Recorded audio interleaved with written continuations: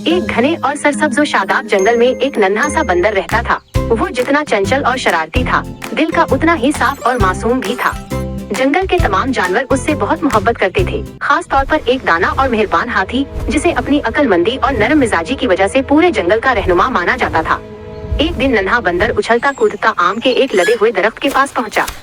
दरख्त पर पीले, रस भरे और पके हुए आम लटक रहे थे, जिन्हें देखकर बंदर के मुंह में पानी आ गया।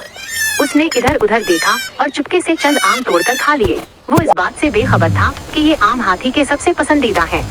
थोड़ी देर बाद जब हाथी वहाँ पहुँचा और आम कम देखे तो उसने पूछा, क्या किसी ने यहाँ से आम लिए हैं? नन्हा बंदर हाथी को देखकर घबरा गया और उसका दिल जोर जोर से धड़कने लगा। डर के मारे उसके मुंह से झूठ निकल गया। उसने कहा, नहीं, मैंने तो नहीं लिए। हाथी कुछ कहे बगैर खामोशी से आगे बढ़ गया, लेकिन बंदर के दिल में एक अजीब सी बेचैनी घर कर गई। उसे महसूस हो रहा था जैसे उसने बहुत बड़ी गलती कर दी हो। रात हुई तो बंदर को नींद न आई। वो चांदनी रात में दरख्त के नीचे बैठा खुद से लड़ता रहा। इसका ज़मीर उसे बार बार झंझोड़ रहा था कि झूठ बोलना गलत बात है, सच बोलना ही असल बहादुरी और सही रास्ता है। आखिरकार सुबह होते ही नन्हे बंदर ने एक बड़ा फैसला कर लिया। वो नम आंखों के साथ हाथी के पास पहुंचा और कांपती हुई आवाज में बोला, हाथी दादा, मुझे माफ कर दीजिए।